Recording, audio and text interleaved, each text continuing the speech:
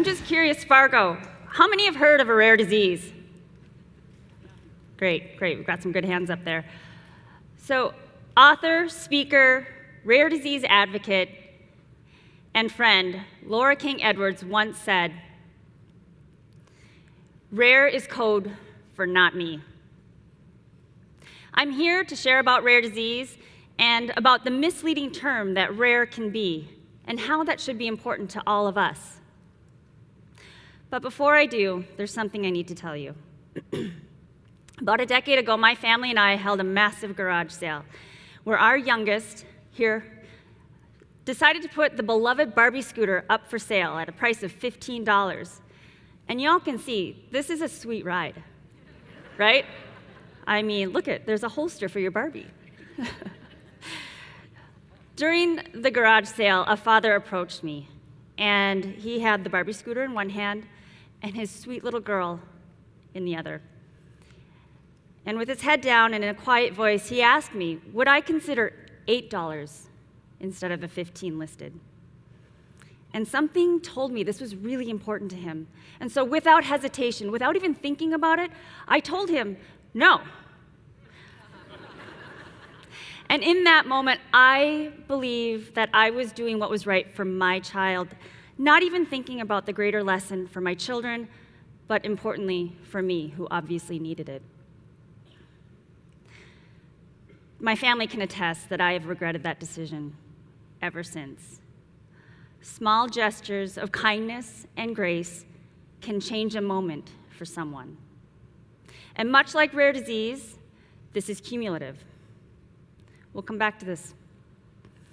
So to level set on rare disease, all countries define it slightly differently, but here in the United States, according to the Orphan Drug Act, we define a rare disease as one that affects fewer than 200,000 citizens.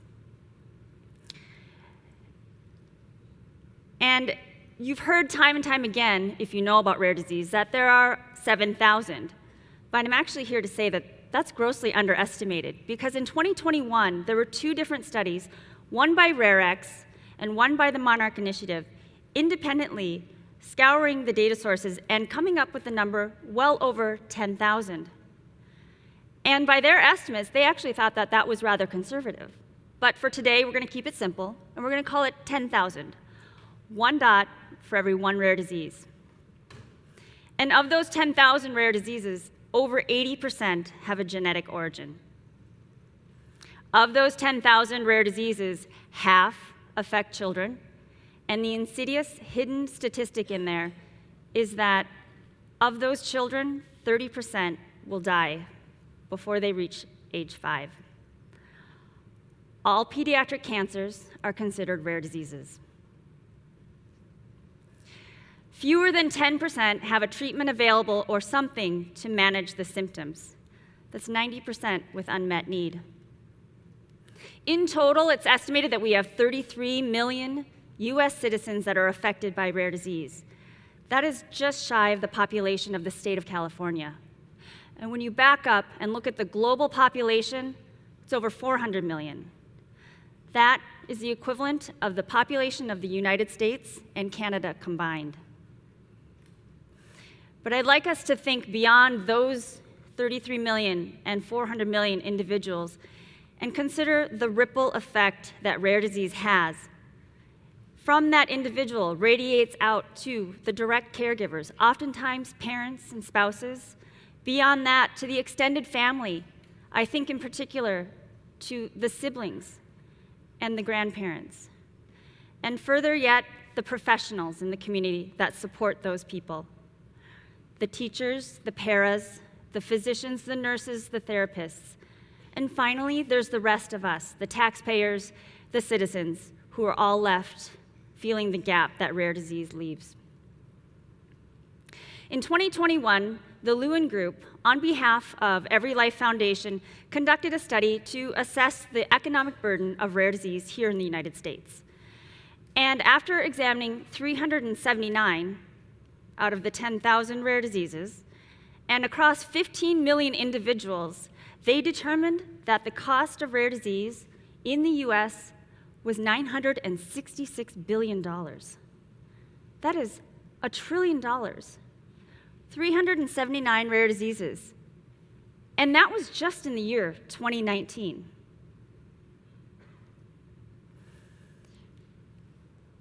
So in this pie chart, I'll share with you that 43% of those costs are accounted for things that are direct: medical visits, doctors, time, medicine, equipment, the usual things that you would anticipate. But it's the 57% that remains. That is comprised primarily of lost productivity. Things like absenteeism, things like forced early retirement, and something called presenteeism. I'm curious again, who knows what presenteeism is? Okay, I didn't, so I had to look it up. So for the rest of us, here's it. Presenteeism is when you show up to work, you are physically there, but the mental, emotional, and physical load of a rare disease is too much, and the anxiety, or maybe the call of need, is pulling you away such that you're not 100% there giving it your all. And this affects our employers, this affects our coworkers, and it affects us as consumers. Now, I would be remiss if I allowed you to think that the enormity and the totality of rare disease was entirely negative. No. The rare disease community has and continues to give of their money, to give of their time, their stories, and most significantly, they give their bodies to advance the research. And we are making progress. Genetic medicine is making progress.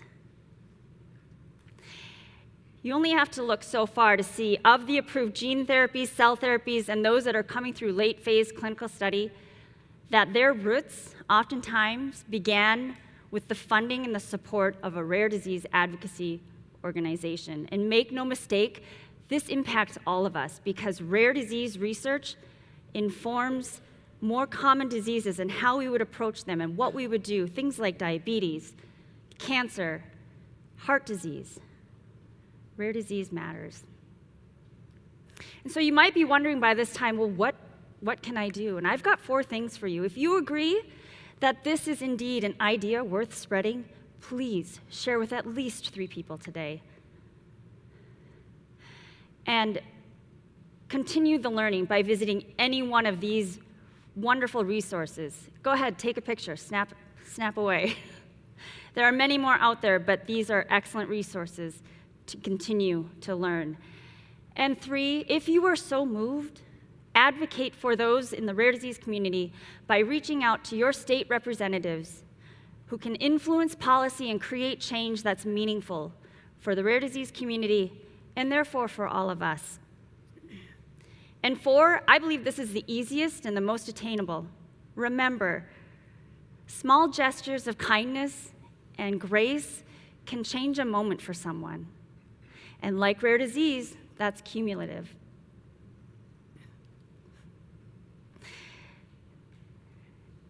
You know, I hope that we'll all reconsider when we're presented with that next Barbie scooter incident that we choose differently.